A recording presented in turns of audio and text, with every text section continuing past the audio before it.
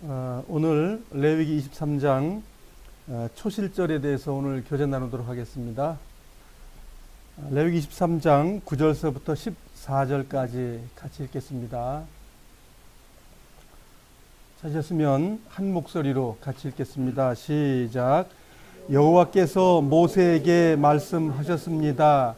이스라엘 백성에게 전하여라.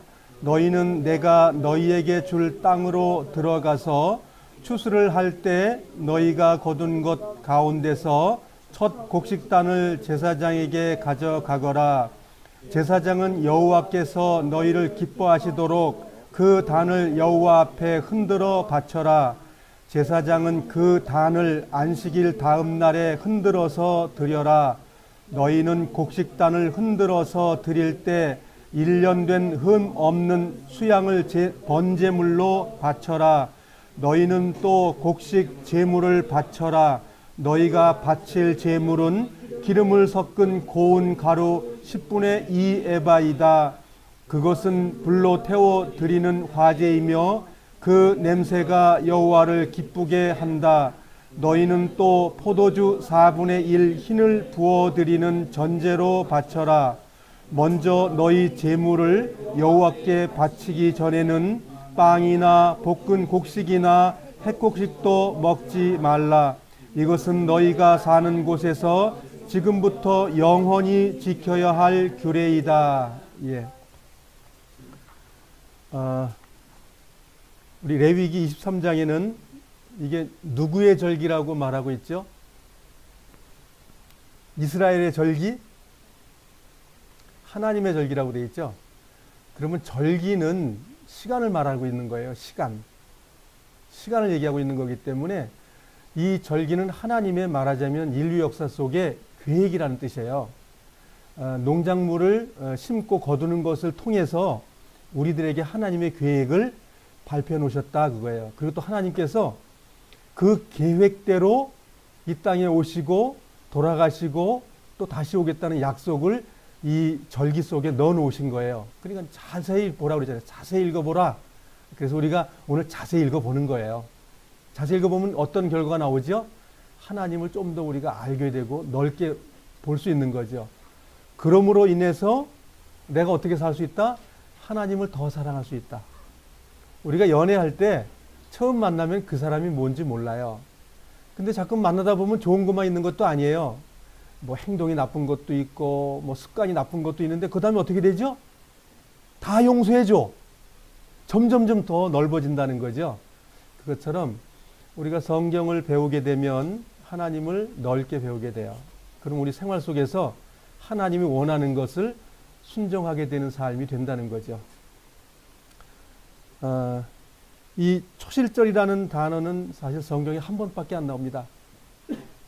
그러니까 초실절이라고 하는 단어는 이 레위기 23장에 딱 한 번만 나오고 첫 이삭 이런 식으로 말을 하게 돼 있고 이 단어는 한 번밖에 안 나옵니다. 그래서 오늘 칠판에 적어 놓은 것을 또 정리하고 성경을 다시 보도록 하겠습니다. 여호와의 절기는 첫 번째는 하나님을 위해서 제정하신 거예요. 당신을 위해서 제정하셨다고. 내가 이렇게 할 거다 했으니까 뭐예요? 주체가 하나님이신 거예요. 그 다음에 두 번째 어떻게 적용되는 거죠? 이스라엘 백성에게 적용되는 거예요. 세 번째는요. 말씀해 보세요. 세 번째 뭐죠? 나에게. 우리가 배우려고 하는 건 지금 나에게 적용하기 위해서 배우는 거예요. 뭐 이스라엘 백성이 뭘 했든 나하고 무슨 상관이 있어요. 그렇지만 이스라엘 백성이 해놓은 건 그림자이긴데 그 그림자가 내 삶 속으로 들어와야 돼요. 실체로. 그 실체가 되도록 우리가 배우는 거예요. 다시 한번 정리해 볼게요. 계속 정리가 됩니다. 이게 절기 시간이다 이거예요. 시간표. 시간표라는 거예요. 예. 시간표를 보면 하나님이 지금 인간이 되셔가지고 오순절까지는 물리적으로 지금 이 땅에 와서 해결하신 거예요. 요 뒤에 부분은 영적으로 지금 하고 계신 거예요. 근데 어느 날 이것도 물리적으로 이 땅의 마지막이 될 때 이루어질 거예요. 이게 하나님의 약속이라고요. 창세 전부터 계획했던 거예요, 이게. 그런데 자, 우리가 지금 유월절이라는 주님의 피발림이 하고 난 이후에 삶이 사라져 나가면서 여기 생애 마감하는, 말하자면 육신이 원래 흙으로 돌아가는 걸 죽음이라고 그래요. 죽음은 새로운 삶으로 가는 부활 생명의 단초가 되는 거예요. 죽음과 사망은 다른 내용이에요. 그러니까 부활의 개념이 들어있는 거예요. 그래서 우리가 흙으로 와서 흙으로 돌아간다, 멸망이 아니에요. 그거는 새로운 좋은 곳에 가기 위한 방법의 하나의 징검다리지 끝나는 게 아니라고요. 그 영원한 멸망이 결국 우리에게는 있으면 안 되는 거예요. 그러니까 일시적인 썩음과 죽음이 우리에게 있는 거예요. 그래서 이것이 끝나고 나면 우리가 안식을 들어가는 거, 이것이 하나님의 계획표다 이거예요. 근데 이 계획표 속에서 이러한 연결고리가 안 되면 어느 날 끊어지면 이 안식의 땅에 못 들어간다고 말하는 것이 성경 전체가 말하고 있는 거예요. 우리나라의 유명한 그 신학대학 교수가 있었습니다. 장로교 신학 교수인데 그분이 장로교에서 이제 가르치다 보니까 장로교의 교리가 성경과 안 맞는 거예요. 아, 이런 엉터리 같은 성경을 내가 가르쳤어? 성경을 연구해 보니까 구속은 시작이, 구원은 그 모든 과정 끝날 때 완성이 된다고 얘기를 하니까 장로교에서 뭐가 되겠어요? 그 사람이 이단 교수가 된 거예요. 그래서 미국으로 갔어요. 미국을 가니까 미국에는 자기와 같이 교제하는 사람들이 너무 많은 거예요. 미국에서 이제 그 신학대학에서 이제 학생들을 가르쳐요. 근데 이제 그분이 한국에 이제 1년에 몇 번씩 나오신다고 그러는데 그분이 이런 얘기를 해요. 한국은 신학대학만 나오면 그 사람이 어떠한 성품인지 관계하지 않고 목사 안수 준다. 근데 미국은 안 그렇다는 거예요. 그 교회에서 우리 이 사람은 그 목회자로 좀 이렇게 좀 씨가 보이니까, 싹이 보이니까 한번 가르쳐 주시오. 이렇게 해서 신학을 가르친다 이거예요. 우리는 할 것 없으니까 뭐 점수도 얼마 안 받아도 들어가는 데가 신학대학이니까 그냥 가서 공부하고 안수 받고 나가서 한다 이거죠. 미국은 신학대학 공부를 하면서 인성을 일반 의사한테 가서 1년에 한두 번씩 검사를 맡긴다는 거예요. 말하자면 이 사람이 정말 주님을 순종할 수 있는 성품이 있는가, 아니면 이 사람이 정말 악한 마음을 가지고 있다가 여자들 또 어떻게 할 건가, 그런 것들을 심리검사를 계속하면서 모니터링 한다는 거예요. 그 얘기 들으니까 참 좀 부럽기도 해요. 우리 같이 한국에 얼마나 복잡한 사람들이 많아요. 돈만 벌려고 그러고 명예만 요구하려고 그러고 그다음 이쁜 여자 쳐다보는 사람들이 너무 많아졌다 이거예요. 그렇게 할 때 그 예수 믿는 단체에서 추천한 사람들을 중심으로 말하자면 그 성경학을 가르쳐 주더라고요. 거기에 자기 너무 좋았다는 거예요, 그게. 그리고 연구를 하면서 구원론을 얘기할 때 믿음과 행위가 하나지 두 개가 아니다. 한국은 두 개로 가르치는데 그건 절대로 잘못된 거다. 믿음 있는 자는 행위가 같이 가는 거다. 따로따로 만들어지는 게 아니고, 그것이 한국에서는 안 받아들여진다는 거예요. 왜냐하면 우리나라의 교리가 더 커, 성경보다. 근데 미국에서 얘기하니까는 미국 사람들은, 복음주의자들은 믿음을 의로운 삶이 당연히 되는 거지. 한국처럼. 그래서 이 사람이 이렇게 말해요. 구원포적인 구원은 엉터리다. 이렇게 얘기를 합니다. 한국에 그게 많은 애 있다는 거예요. 구원파적 그 칭의, 즉 구원받고 의로워졌다는 말이 아주 한국 사람들이 그냥 다 그렇다는 거예요. 근데 그건 거짓이다는 거예요. 그래서 이렇게 얘기를 해요. 예수를 영접하고 나서 거룩하게 안 살고 죄 짓고 사는 데로 천국 간다고 우기더라는 거예요. 근데 성경에 어디에 그것이 있냐고 물어보는 거예요, 그 사람이. 어디 있냐, 그런 성경이. 성경 전체를 보라. 바울이 믿음으로 구원받는다고? 그럼 그 다음에 바울이 뭐라고 말하냐? 행위를 말 안 하더냐? 행위의 거룩함, 의로움, 그것이 간다고 말하지 않냐? 율법을 이뤄나가는 삶이 된다고 말하지 않냐? 그러면서 항변을 해요. 그리고 이분이 아마 책도 많이 썼는 모양이에요. 그러니까 뭐예요? 한국 사람들이 볼 때는 뭐라고 말하죠? 저 이단 교수. 이단이에요, 이단. 그러니까 이단을 좋아하는 교단에서 그 사람 초청하는 모양이에요. 우리가 디형제님 초청한 것처럼 그걸 소유하고 그 사상을 말하자면 같이 공유하는 분들이 초청해서 그분들이 강의하는, 인터넷에 들어가 보니까 해마다 몇 편의 설교가 들어있더라고요. 내가 어제 밤에도 한 3시까지 내가 준비하다가 그 사람 이제 설교한 내용을 들어봤더니 저하고 똑같은 내용을 얘기하더라고요. 성경에서 그 믿음이라는 건 행위를 전제한 믿음이지 믿었기 때문에 그냥 구원파적으로 다 천국 간다는 그런 성경은 없다고. 구원파적인 얘기를 할 때 제가 좀 마음이 좀 약간 짠하더라고요. 제가 27년 동안 그걸 붙잡고 있었던 사람이기 때문에 그게 아니라는 것 성경적으로 그분이 얘기할 때 사실 아멘이 되더라고요. 우리가 이제 예수님께서 유월절을 하시고 거룩한 이제 죄 안 짓는 삶을 통해서 열매가 맺어진다 이거예요. 죄 짓는 열매예요, 죄 안 짓는 열매예요. 죄 안 짓는 열매. 이게 죄 안 짓는 열매가 무엇 때문에 될 수 있는 거예요? 십자가의 보혈 때문에 죄 안 짓는 삶이 된다는 거 아니에요? 그 죄 안 짓는 삶을 살았더니 그것이 열매가 드려진다는 거예요. 이거 단순한 진리거든요. 그러니까 십자가 없는 초실절, 십자가 없는 무교절 안 된다는 거예요. 종교는 뭐예요? 십자가 없어도 그냥 내가 깨끗하게 살려고 애쓰는 것. 이게 율법주의란 말이죠. 근데 그리스도가 내 안에 새겨졌기 때문에 거룩한 삶이 사라진다는 거예요. 그 거룩한 삶이 사라지는 것이 열매로 주님께 드려진다는 거예요. 그것이 우리가 안식에 들어갈 수 있는 근거라는 거죠. 그게 안 되는 사람은 안식이 안 되는 거예요. 즉 구원파의 구원은 안식에 들어갈 수 없다는 결론이 나올 수 있는 거예요. 많은 사람들이. 여기서 우리가 정말 깨어났다는 건 정말 축복이에요. 아, 정말 이 절기를 자세히 배워야 한다고 제가 말씀드린 건 뭐냐면 하나님의 계획을 알면 되잖아요. 계획을 모르면 내 열심으로 이렇게 하면 천국 갈까? 저렇게 하면 천국 갈까? 이렇게 우리가 방황을 했다는 거예요. 좌라는 오르나 치우치는 삶을 너무 많이 살았다는 거예요. 이제는 치우치지 말고 주님께서 원하셨던 그 말씀대로 우리 삶을 살아가기 위해서 성경을 배우자는 거예요. 그래서 우리가 처음에 배운 건 성막을 우리가 배웠지 않습니까? 예, 성막은 주님의 계획의 청사진이요, 이것도. 그 다음에 우리가 제사를 2번째 배웠어요. 세 번째 배우는 것이 우리가 이제 절기를 배우는 거죠. 예, 이렇게 배우면 하나님을 다 하는 겁니다. 그 다음에 뭐예요? 내가 이제 사는 문제만 남아있는 거예요. 내가 주님께 나아가는 일만 남은 거예요. 그러니까 나가다 못 나가면 나 버려지는 거구나. 그렇게 알면 되는 거예요. 예. 그 말이 지금 제가 이 버려진다는 말이 이해 안 되면 성경을 파보세요. 성경 누구예요? 하나님의 말씀이요. 이 말씀이 곧 하나님이시니라. 그 하나님께 물어보면 돼요.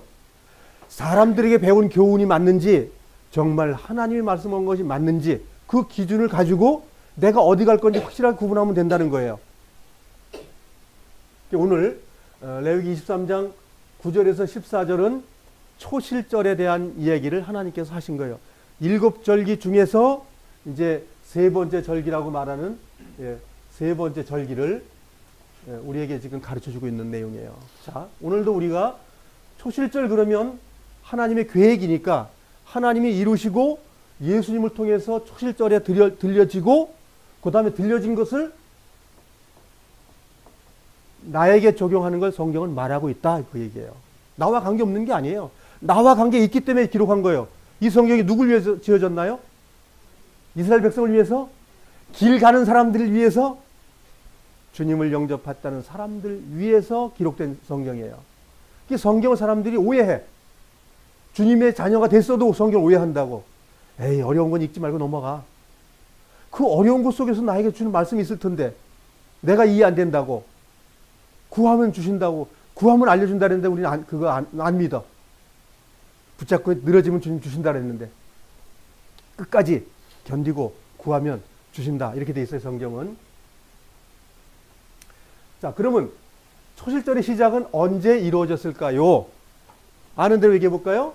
당연히 출애굽기에 1월 14일 날 양을 잡아서 밤새도록 먹고 그날 잠을 잤을까요? 안 잤을까요? 안 잤어요. 깨어있다는 걸, 똥검은 밤인데 깨어있다는 걸 얘기하는 거예요. 죄된 세상에서 죄 안 짓는 삶을 살고 있다. 그 말이에요, 그게. 주님을 먹어가면서, 뜯어 먹어가면서, 피를 마시면서 거룩한 삶을 살아갔다. 밤을 샜다. 그 밤새고 나면 어딜 가야 돼요? 주님의 나라 가야죠. 그 여정이 초실절이다. 그예요. 거기서부터 시작해가지고 15일 날, 여기서부터 일주일 7일. 자, 7일 끝에 뭐가 있었어요? 7일 끝에 뭐가 있었어요? 예? 안식 아니고 홍해를 건너갔지. 7일 후에 홍해를 건너간 거예요. 즉 요단강 건너간 같은 거예요. 물리적으로. 자, 홍해를 7일 동안 무교절을 했더니 무교절 누룩 없는 빵을 먹었더니 도착한 것은 홍해라 이거예요. 육신을 벗어버리고 나면 이 안식은 끝도 없이 일어난다 그죠. 목적이 가나안 땅이 목적이죠. 목적에 가기 위해서 여러 번의 죽음을 경험하는 경험을 성경에 써 있는 거예요. 근데 이 모든 과정의 주체가 뭐냐 이거예요. 이걸 우리가 잃어버리면 안 돼요. 이 모든 절기의 기본이 뭐지요? 6월절 예수님이 돌아가신 거예요. 누굴 위해서? 나를 위해서. 그거 없으면 나머지는 안 되는 거예요. 그러니까 이 경험이 없는 사람들이 뭘 하고 아무것도 안 되는 거예요.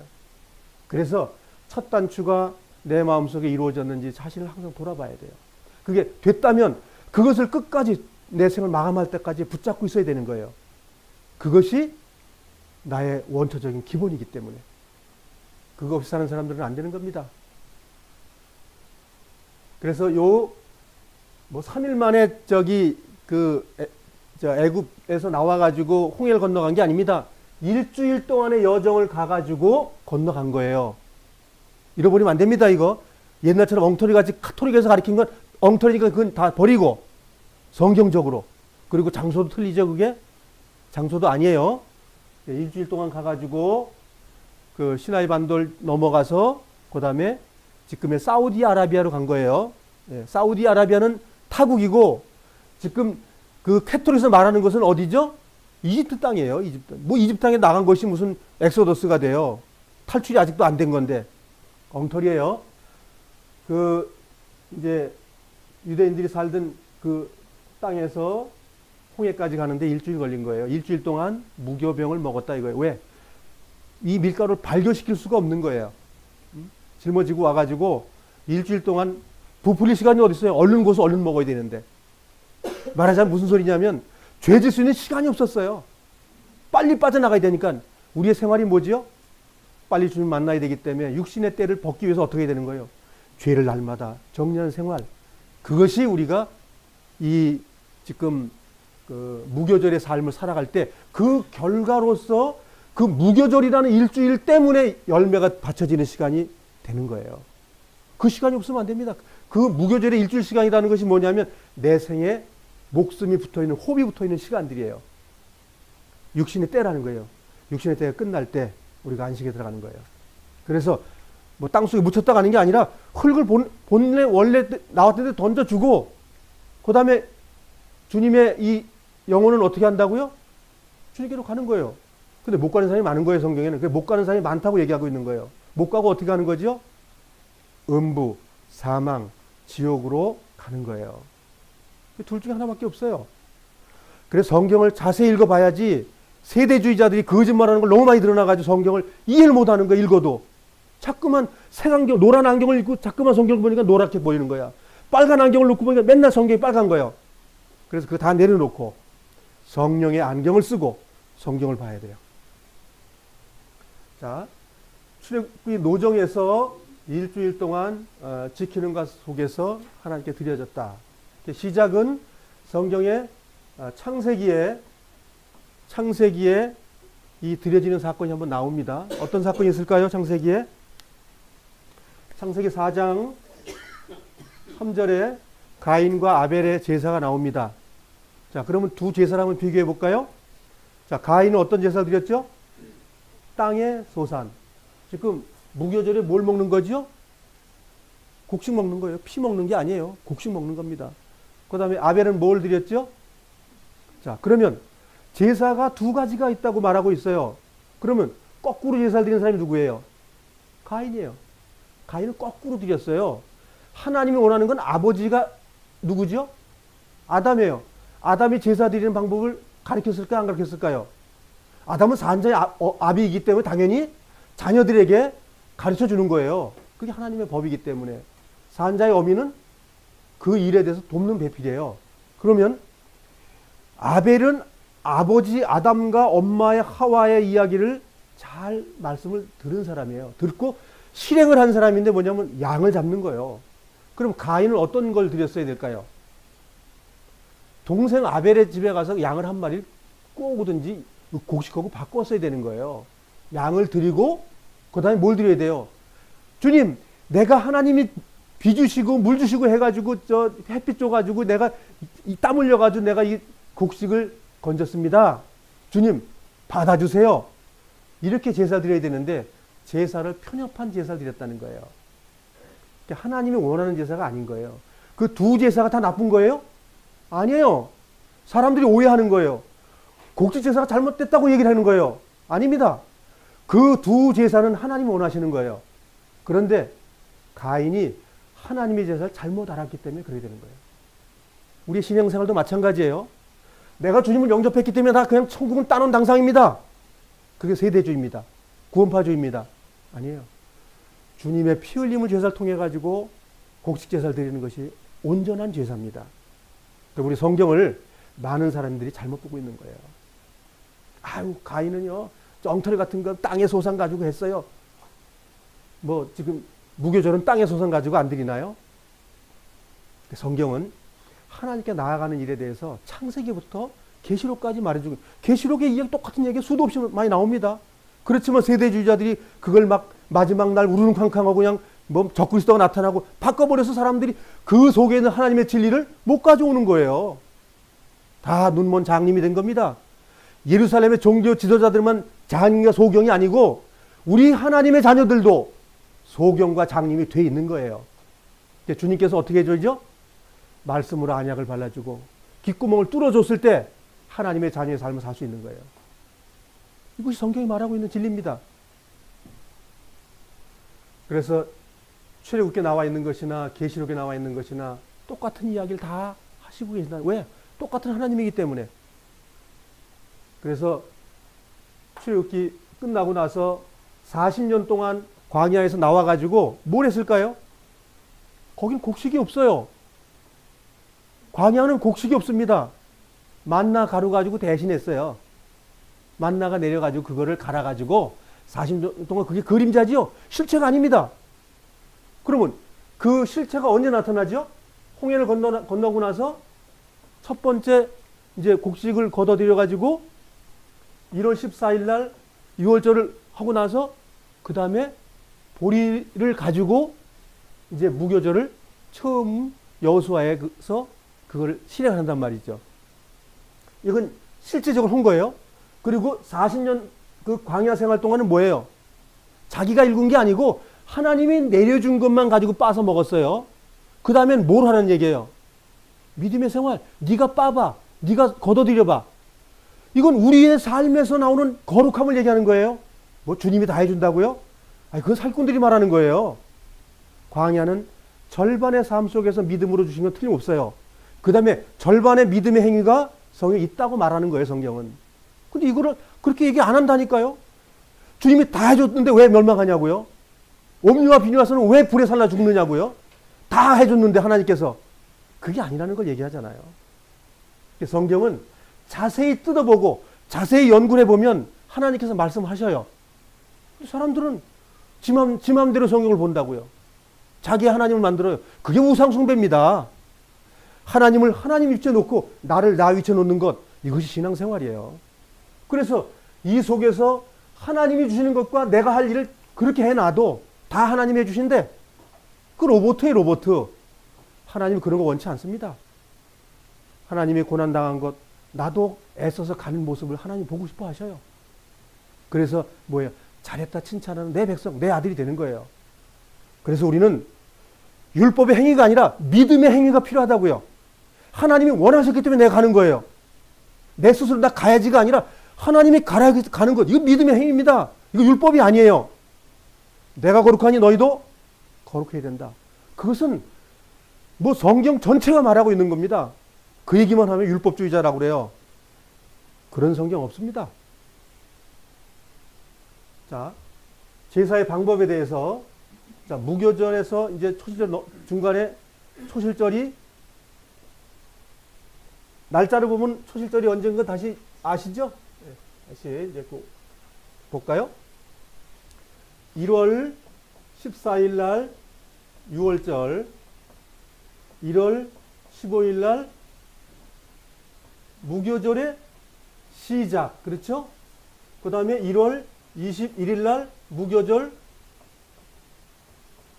끝이에요. 그렇죠? 예. 요 사이에 1월 16일 날이 요게 뭐예요? 초실절. 그러니까 무교절 일주일에 두 번째 날 하는 거다 그 얘기예요. 자, 그러면 날짜가 중요하지 않습니다. 행위의 순번이 중요한 거예요. 여기에 의미가 중요하다고 그랬죠. 항상 제가 말씀드릴 때 날짜도 의미 속에 들어가는 거예요. 날이 7일 그러면 7이라는 개념이 아니라 인생의 모든 삶, 우리의 호흡하는 모든 시간, 그걸 7일이라고 얘기해요. 자, 그래서 자 6월절이라는 것이 시작이 됐으면 무교절이라는 거룩한 죄를 안 짓고 사는 삶이 시작할 수 있다. 이 성경을 말하고 있는 거예요. 그렇게 하는 것 속에서 초실절이라는 열매가 드려진다. 그 얘기입니다. 그러니까 날짜로 따지면 하나, 둘, 3일 만에 주님께서 부활하신다. 이걸 의미하고 있는 거죠. 성경은.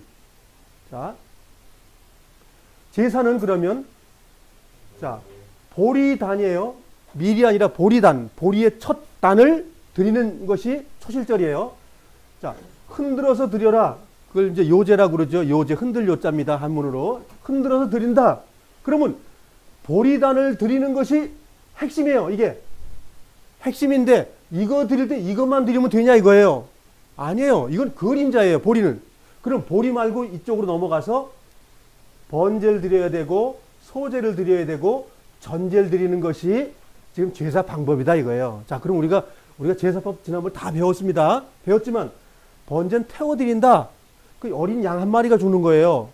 자, 그 다음에 소제, 밀가루를 이제 보리가루라고 정확하게 맞는 거예요. 보리가루를 으깨가지고 갈아서 그 다음에 올리브 기름을 넣어가지고 그 다음에 이제 불로 태워서 그 냄새가 하나님께 향한다. 그 다음에 전제, 포도 술을 집어넣어서 포도라는 말은 술이라는 의미 개념이 아니라 나를 갈아서 주님께 바친다 그 말입니다. 전제는 나를 쫓아가지 하나님께 드린다는 말이에요. 그러니까 보리 한 단 드린다는 말은 이것을 포함하고 있는 거예요. 이걸 보리 한 단 드린다는 그 의미가 예수님이 이렇게 됐지요. 십자가 이렇게 됐지요. 나도 돼야 되는 거예요. 나도 내 삶 속에 돼야 되는 거예요. 이것이 초실절. 이거 다 끝까지 있어. 저 절기 속에 이게 다 들어있습니다. 예수님이 죽은 것처럼 나도 죽어야 된다는 것이 절기 모든 것 속에 들어있는 거예요. 그 절기를 잘못 알게 되면 사람들이 이스라엘 절기 나하고 관계없는 거예요. 그냥 하나님의 절기 하나님만 하는 거야. 난 안 해도 돼. 그렇게 말하죠. 성경 전체가 이걸 다 풀어서 우리도 가야 된다고 그렇게 많은 이야기로 풀어서 지금 주고 계신 거예요. 자, 그러면 이러한 일들이 예수님과의 관계 속에는 어떻게 됐냐 이거예요. 예수님이 이 일 다 하셨어요, 안 하셨어요? 다 하셨죠? 성경 사복음서에 보면 다 나와요. 다 하셨다는 거. 그래서 한 알의 밀이 어떻게 된다고요? 한 알의 밀이 어떻게 된다고 그랬습니까? 죽으면, 썩으면 아니에요. 죽으면 많은 열매가 맺는다. 그 부활이죠. 부활할 때 마태복음 27장에 나오는 게 뭐죠? 주님 부활할 때 많은 성도들이 함께 부활했다. 그것을 물질적인 것과 영적인 것을 영해를 하면 주님이 부활했기 때문에 영의 생명들이 존재한다. 이 땅에 죽어있는 백성들이 부활한다. 그 의미도 내포되어 있는 거예요. 꼭 물리적으로 예루살렘의 그 땅속에 묻혔던 형제들이 올라왔다. 그건 틀림없어요. 그 성도들이 주님과 함께 예루살렘에 40일 동안 같이 있었으니까. 네? 그러니까 그분들이 부활해가지고 주님이 예루살렘에 나타나고 나서부터 활동했습니다. 3일 후에. 우르릉 쾅쾅할 때 그들이 이제 준비되어 있고 있었어요. 막 바위가 터지고 준비됐단 말이죠. 주님 부활할 때 같이 부활해서 함께 모여요. 예루살렘에서 계시다가 다 주님과 같이 가버렸어요. 그게 초실절의 보리 한 단이에요. 그러면 주님만 보리 한 단이 우리는 보리 한 단에 안 들어갈까요? 다 똑같이 들어가죠. 우리도 주님의 단 속에 같이 있는 거예요. 자, 그럼 보리 한 개가 아니라 단이에요. 단으로 묶은 거예요. 단을 묶어가지고 여기에 나도 묶이는 거예요. 주님하고 같이. 이것이 거룩함이에요. 따로 있는 게 아닙니다. 그래서 하나라의 밀이 땅에 떨어 죽지 아니하면 많은 열매를 맺지 못하는데 우리도 하나라의 밀이다 이거예요. 이 땅에서. 이거 잃어버리면 안 되는 거예요. 그래서 이 부활이라고 말하는 건 꼭 무슨 땅속에 들어갔다 나오는 부활만 얘기하지 마시고 죄 질 수밖에 없는 난데 죄 안 짓고 사는 삶이 부활이다 이거예요. 그게 부활의 삶이고 꼭 부활을 그냥 땅속에 처박혔다가 그냥 나와서 사는 것만 부활이라고 조금만 세뇌돼가지고 죄 짓는 인간이 죄 안 짓는 것은 부활입니다. 부활의 생활이고. 그래서 초실절과 나의 관계가 뭐냐 이거예요. 초실절과 나의 관계. 이 모두가 지금 나에 대해서 얘기하는 거지 다른 이스라엘 백성에게 말하는 게 아니다는 거예요. 유월절을 통해서 거룩한 삶이 열매로서 열리게끔 돼 있다. 그 얘기예요. 그러니까 그리스도의 그 보혈의 십자가가 내 삶 속에 통과되지 않고 그것을 날마다 구하지 않는 사람들은 안 된다. 그 얘기예요. 거룩함은 주님을 가져오는 것부터 거룩함이 유지되는 거예요. 그래, 이제 주님의 거룩하심, 나도 이룬다는 찬양의 그 구절, 그 가사가 있었죠? 그럼 그 그리스도인이 이 성경을 아는 거예요. 아, 주님이 가신 길 나도 가기를 원하시는 거구나. 바울이 그렇게 말했죠? 요한이 그렇게 말했죠? 베드로 그렇게 말했습니다. 깨어있고 경건하고 거룩해라. 똑같은 말입니다, 그것이. 근데 그렇게 안 살면서도 그 나라 간다고? 그 나라 백성이 당연히 아니죠. 당연히 아닙니다. 그러니까 우리가 뭐예요? 경계의 말씀을 받고 회개하고 돌이키는 거예요. 그래서 말씀 앞에 나오면 그 말씀이 내 마음을 어떻게 한다고요? 그냥 그 방망이로 내 육체의 그것을 깨부수는 거예요. 도가니를 깨버리는 거예요. 흙을 깨버리는 거예요. 그렇게 해서 우리가 거룩함에 나아가는 거라는 거죠. 그래서 요한 사도가 요한복음에서 영생에 대한 얘기를 참 많이 하잖아요. 영생에 대해서. 그 유일한 그 하나님, 그 영생은 유일하신 그 참 하나님을 아는 것이다. 아는 것, 믿는 거 아닌가? 바울로 말하면 믿어야 구원이라고 말하는 것이고, 요한은 예수님을 잘 아는 것. 그럼 예수님을 잘 안다는 의미가 뭐냐? 그 안다는 의미 속에 행위가 들어있는 거예요. 안다는, 나 알죠? 예수님이 33살에 돌아가셨어요. 십자가 못 박혀 돌아가셨죠? 내 죄도 다 가져가셨죠? 넌 어떻게 사는데? 난 그거 다 알아요. 그걸 말하는 거냐고요?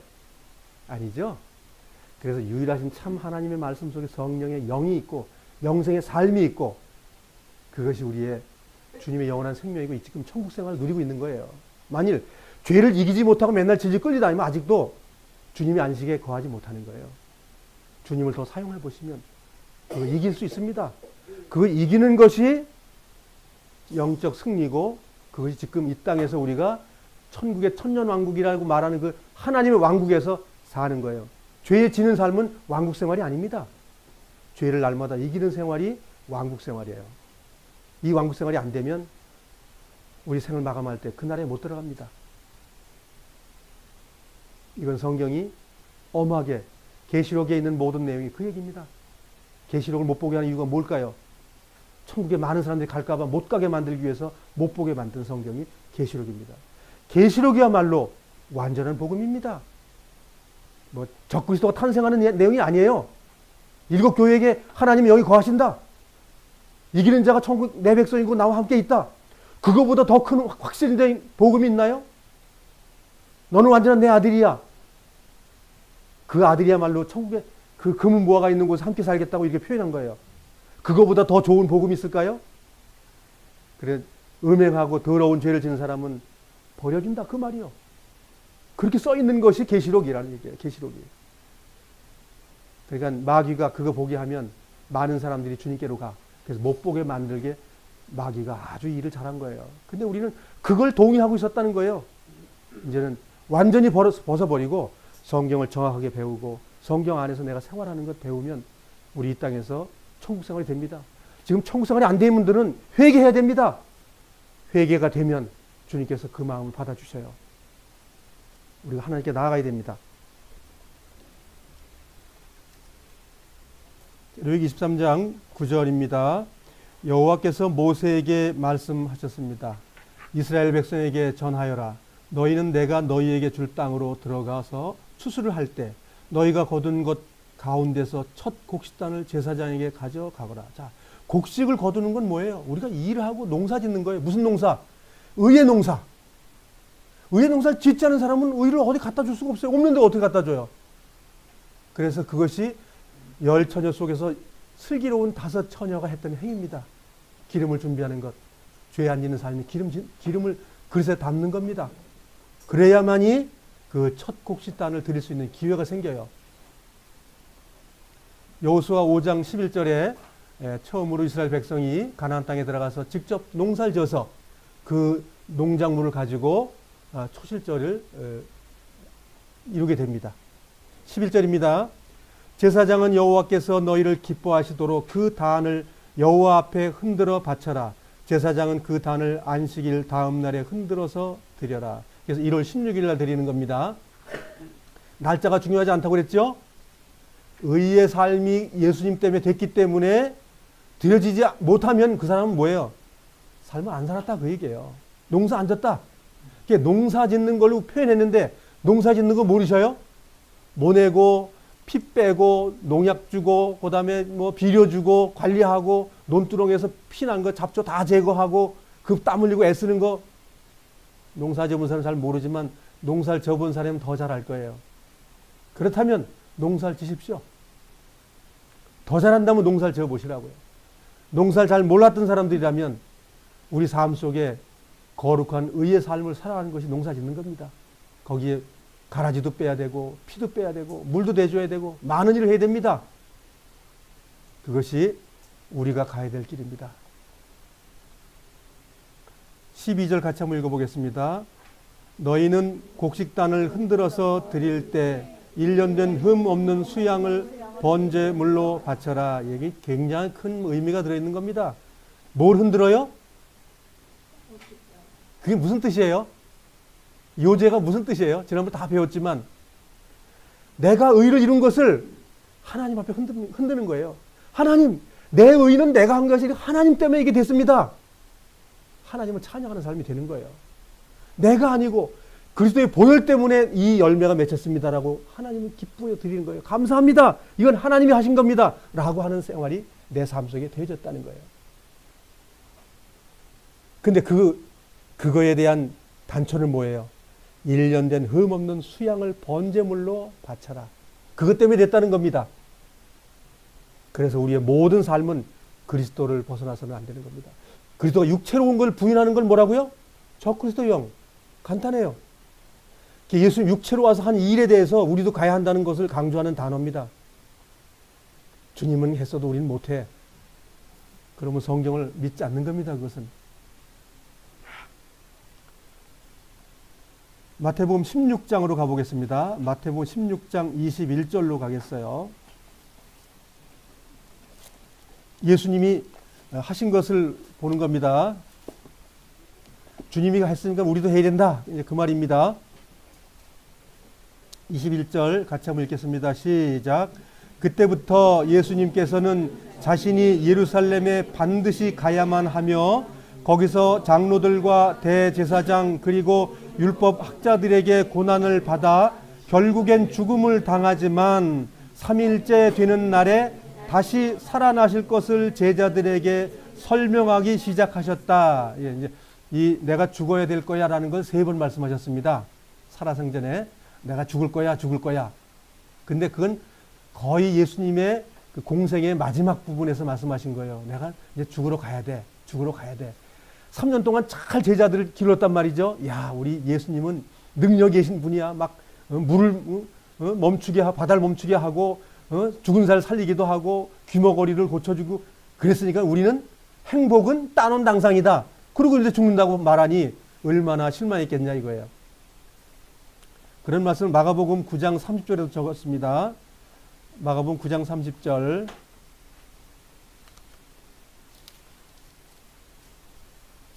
(30절) (31절) 같이 읽어보겠습니다. 시작.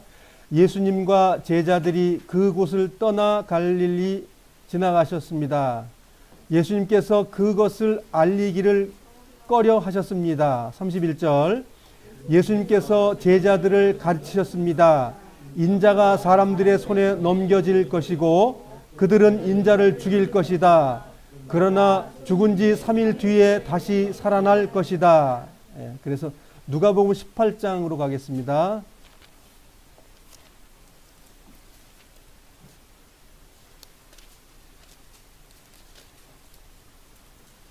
누가복음 18장 31절서부터 33절까지 같이 읽어보겠습니다. 천천히 시작.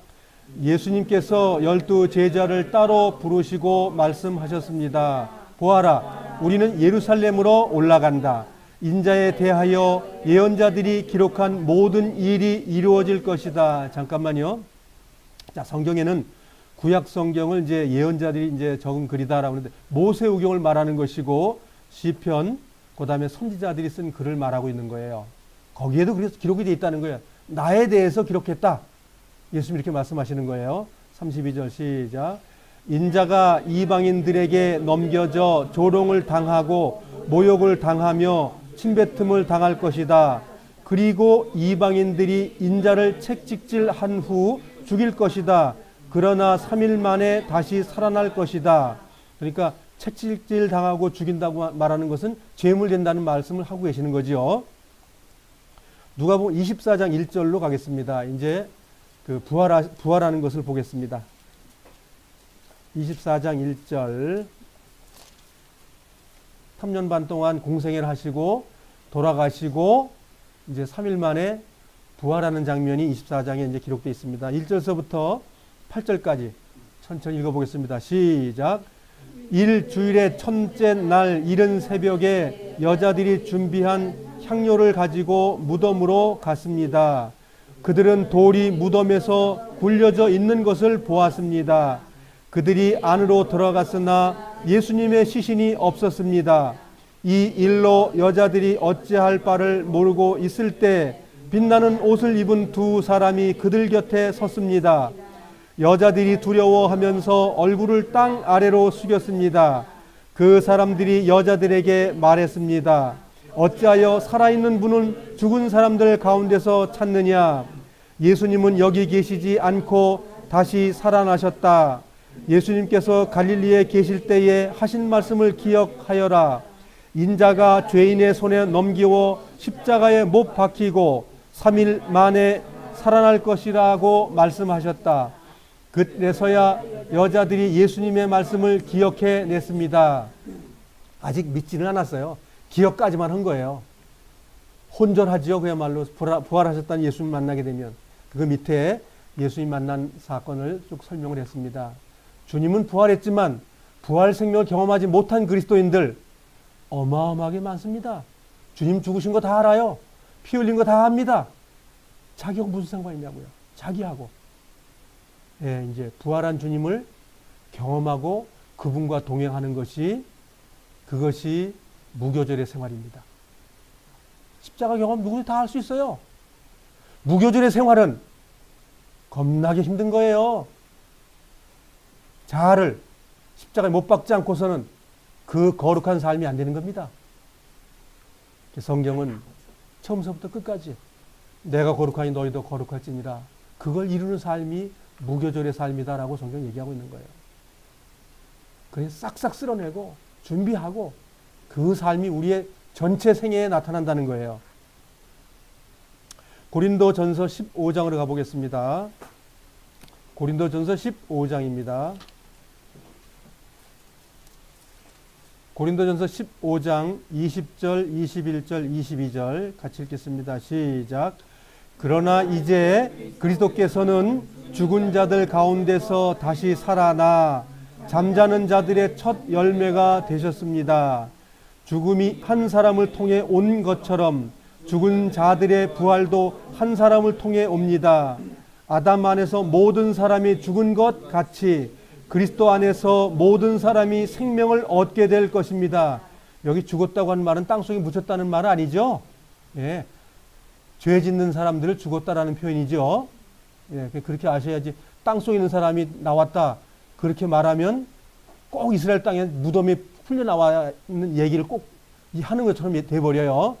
그 일도 있었고 죽음 삶 속에 살아가는 우리의 일도 있었고 똑같은 단어가 두 가지 영리를 사용한다. 제가 말했죠. 유대인의 언어는 네 가지의 특성의 내용을 가지고 있다. 그렇게 얘기했죠. 그때 성경을 뭐예요? 영적으로 영해를 하지 못하면 안 됩니다. 영해를 어떻게 한다고요? 마귀가 써먹으면 안 되는 거예요. 그 네 가지의 사건을 하나님이 사용하셔야 돼요. 그래서 죽었다 그랬잖아. 땅속에 있다고 그랬잖아. 그러면 이 땅이 뭐예요? 이 고깃덩어리 땅속 아닙니까? 이 땅속에 죄 짓는 것. 이거 죽은 거예요. 부활생명 뭐예요? 이거 안 하는 거. 주님과 함께 동행하는 거. 부활생명이에요. 꼭 마지막에만 되었다는 말은 그건 엉터리예요. 하나님이 어떻게 그 용례적인 그런 단어를 쓰셨는지를 주님의 영으로 우리가 받아들이면 돼요. 그러면 알게 해주신다. 주님은 알게 해준다고 그랬잖아요. 성령께서 우리 마음을 알게 해주신다. 주님의 마음으로 우리 사는 거예요. 요한복음 12장으로 가겠습니다. 요한복음 12장 24절입니다. 자, 읽어보겠습니다. 24절 시작. 내가 너희에게 진리를 말한다. 미랄이 땅에 떨어져 죽지 않으면 한 알 그대로 있지만 죽으면 많은 열매를 맺는 법이다. 주님만 그랬으면 법이라는 말 안 해도 되잖아요. 주님만 그런 거니까. 여기 법이라는 단어 아시겠어요? 법칙이라는 말입니다. 법칙. 무슨 그 국가의 법이라는 그런 그 사람을 뭐 판단하는 그런 말 아니고 규칙, 법칙. 하나를 땅에 들어가서 하면 당연히 또 싹이 나서 열매 맺는다 그 말인데 예수님이 그렇게 한 것처럼 우리 생활 속에서 그 일의 법칙으로 나도 된다. 그 말입니다. 우리가 언제 죽어봤습니까? 바울은 이 말을 로마서에 아주 번복을 해놨습니다. 부활 생명을 아주 번복을 해놨어요. 요한도 그렇고요.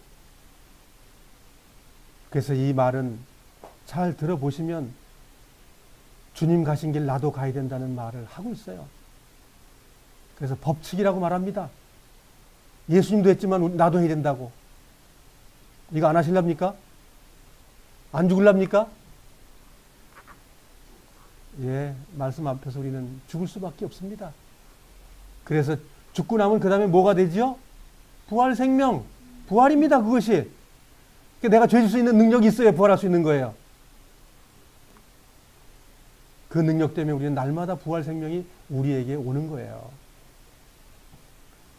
마태복음 27장으로 가겠습니다. 마태복음 27장 51절 잘 아는 말씀입니다. 51절서부터 53절까지 같이 읽어보겠습니다. 수빈이도 다 읽어야 돼. 읽어. 시작. 그때 성전 휘장이 위로부터 아래까지 두 조각으로 갈라졌습니다. 땅이 흔들리고 바위들이 쪼개졌으며 무덤이 열리고 잠자던 많은 성도들의 몸이 다시 살아났습니다. 예수님께서 부활하신 후 그들은 무덤에서 나와 거룩한 성으로 들어가서 많은 사람들에게 나타나 보였습니다. 자, 다시 본문으로 가겠습니다. 레위기 23장입니다. 자, 예수님도 이 땅에 오셔가지고 초실절에 대한 그 드려짐이 다 됐다고 이제 신약 성경에서 몇 가지 성경을 보면서 설명을 드렸습니다. 13절 같이 읽겠습니다. 시작. 너희는 또 곡식 제물을 바쳐라. 너희가 바칠 제물은 기름을 섞은 고운 가루 10분의 2 에바이다. 이것을 불로 태워 드리는 화제이며 그 냄새가 여호와를 기쁘시게 한다. 너희는 또 포도주 4분의 1 흰을 부어 드리는 전제로 바쳐라. 자, 이제 소제와 전제를 드려야 된다는데, 자, 맨 처음에 수염소를 드리는 1년 된 어린 양을 드리는 번제, 그 다음에 밀가루 곡식잼을 드리는 소제, 그 다음에 포도즙, 그 다음에 기름 부은 것을 넣은 제사 드리는 전제, 이 세 가지 전제가 뭐라? 초실절의 의식이다 그 얘기예요. 초실절은 뭐다? 내가 이 땅에 주님의 이름으로 거룩하게 사는 삶이다. 그게 초실절에 하나님께 드리는 거예요. 자, 이제 초실절만 하지 말고 결론이 뭐죠? 나에게 오는 거예요. 나에게 내가 제물로 드려져야 된다. 그것이 결론이에요. 모든 지금 절기가 다 그겁니다. 주님이 가신 길 나도 간다는 겁니다. 뭐 이거 지식으로 알면 무슨 소용이 있겠습니까? 우리가 주님이 가신 길 나도 가는 거예요. 성경 전체가 그걸 말하고 있기 때문에 못 가면 버려지는 겁니다. 못 가면 좁은 길로 가는 게 아니라 넓은 길로 가는 거예요. 이 삶을 살아가면 좁은 길로 가는 거예요. 우리의 호흡은 이거 하라고 주신 거예요. 뭐 맛있는 거 많이 먹고 뭐 이 땅에서 즐겁게 살다가 평생 안 죽고 싶은 삶이 있다는 그런 건 거짓말이에요. 그건 마귀에 속은 거예요. 빨리 죽어야 되는 거예요. 바울이 말하는 것처럼 난 빨리 가고 싶다. 우리는 거꾸로 나는 오래 살고 싶다. 여기서 뭐 이 땅에서 뭐 굴러도 이 땅이 좋다고 그러면 안 되죠. 이 땅은 빨리 가야 됩니다. 왜? 이 땅은 우리에게 슬픔과 아픔과 고통이 있는 것이지 이건 행복이 아니잖아요. 이 땅은. 예. 우리가 빨리 가야 됩니다. 빨리 가는 것이 좋은데 잘못 살면 빨리 가는 게 두려운 거예요. 그렇지만 이제 주님의 이름으로 살다가 빨리 가자고요. 준비되어 있고 어마어마한 행복한 것으로 준비되어 있습니다.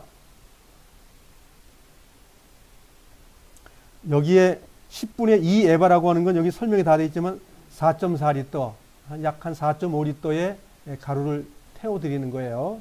그리고 이제 여기 4분의 1 흰은 이제 약 한 1리터, 0.9리터의 그 포도주를 붓는 거예요. 이제 잠깐만 이 성경 번역이 천주교에서 힘을 넣어가지고 번역을 해서 맨날 술이라고 하는데 사실 유대인들은 술 먹는 문화가 아닙니다. 자꾸만 유대인들을 술 주정뱅이로 만드는데 유대인들은 음식이에요. 음식 그냥. 독일 사람들이 맥주 먹는 것처럼 술을 포도즙을 잘못 보관하면 술이 된 거고 잘 보관하면 포도즙이 되는 거예요. 그 꼭 머리에서 떠나지 마셔요. 자꾸만 술이라고 그래가지고. 근데 술 너무 오래 두면 뭐가 되죠? 독주가 되는 거예요. 근데 독주는 언제 쓰죠? 마음이 상한 사람에게 독주를 줌으로써 그걸 마주시키는 능력을 가지고 있는 거예요. 예수님이 십자가 못 박혀 돌아가실 때 통증을 완화시키기 위해서 그 독주를 입에 조금 붙여준 거예요. 독주. 그 독주를 얘기하는 거예요. 그래서 그 포도주가 오래 썩으면 말하자면 독한 술이 되는 거예요. 독주를 많이 먹으라고 되어 있지는 않고 마음이 상한 자들 독주를 많이 퍼먹으라고 말한 내용은 뭐냐면 죄 짓는데 너무 갈등 많이 있고 막 인생이 잘 안 되는 사람들은 회개의 마음으로 그 먹으라는 건데 독주를 먹는 게 의미가 있는 게 아니고 그것을 버리라는 거에 목적이 있는 거예요. 14절 같이 읽겠습니다. 시작. 먼저 너희 제물을 여호와께 바치기 전에는 빵이나 볶은 곡식이나 햇곡식도 먹지 말라. 이것은 너희가 사는 곳에서 지금부터 영원히 지켜야 할 규례이다.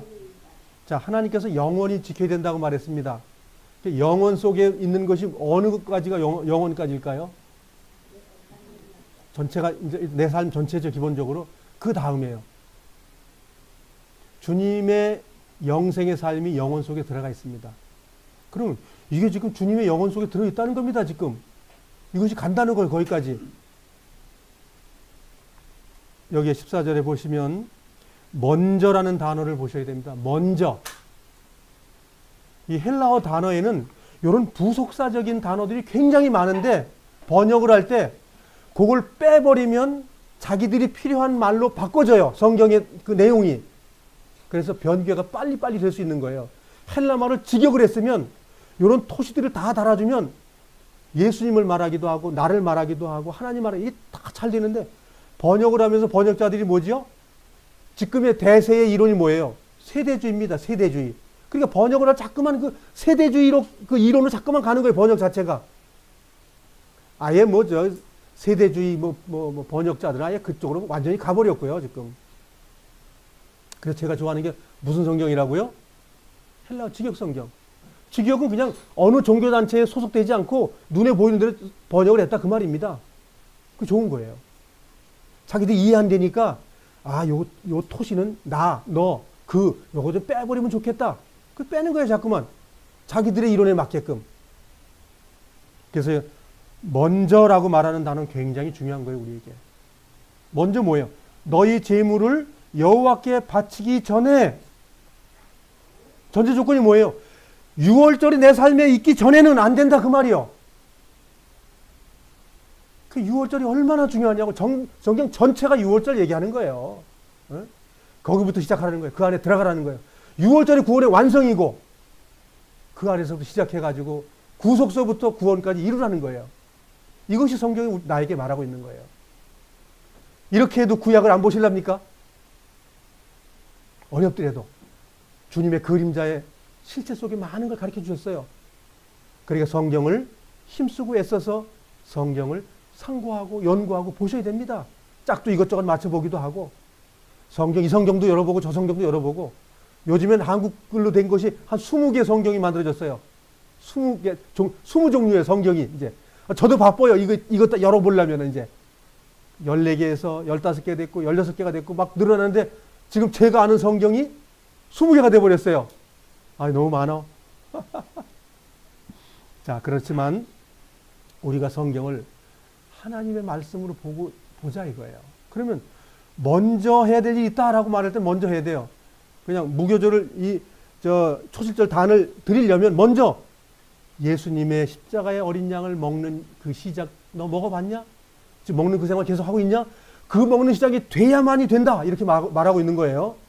그러고 나서 이제 곡식을 먹는 생활 할 수 있다. 그 얘기예요. 그거 없이는 곡식을 먹는 생활 안 된다. 그 얘기입니다. 농사를 질 수 없다. 그 얘기예요. 의의 열매 맺는 생활이 안 된다. 그 얘기예요. 자, 그렇게 제가 설명드렸으니까 다시 한번 읽어보겠습니다. 시작. 14절. 먼저 너희 제물을 여호와께 바치기 전에는 빵이나 볶은 곡식이나 햇곡식도 먹지 말라. 먹을 수도 없는 거예요. 먹을 수도 없어요. 그 일이 없으면. 이것은 너희가 사는 곳에서 지금부터 영원히 지켜야 할 규례이다. 우리의 생 전체가 이 일을 해야 된다라고 성경은 말하고 있는 거예요. 주님께서 당신의 그 절기라는 말을 영원이라는 단어를 집어넣었어요. 거기다가 거의 다 그렇게 말하고 있습니다. 이건 영원히 지킬 규례다. 영원히 지켜야 된다. 이런 식으로 말하고 있습니다. 곧 그 말씀이 하나님이시다. 그 말이에요. 그래서 우리 사는 생활 속에서 사는 곳, 어디서 살죠? 우리가? 이 땅에 살아요. 이 흙 속에 살아요. 이 호흡 속에 살고 있습니다. 우리가. 이 속에서 우리가 이것을 생을 마감할 때까지 이 일이 되어져야 된다고 성경은 말하고 있는 거예요. 그래서 주님을 사랑 안 할 수 없는 거예요, 우리는. 그래서 그분이 나를 대속해 준 것이 얼마나 감사한지, 그 의가 내 의가 됐다는 것 얼마나 감사한지, 그거 살다가 우리 생을 마감하는 겁니다. 무슨 죽어서 천국 간다고 하지 말고 주님과 동행하는 이 삶이 내 생활 속에 있는 것이 부활 생명입니다. 꼭 부활 생명 계시록에 나와 있는 것은 꼭 그날 간다는 것이고 지금 하는 것은 안 된다고 자꾸만 생각하는 거예요. 우리 성경을 주님의 영의 영감으로 성경을 보시기 바랍니다. 자, 오늘 교제 마치고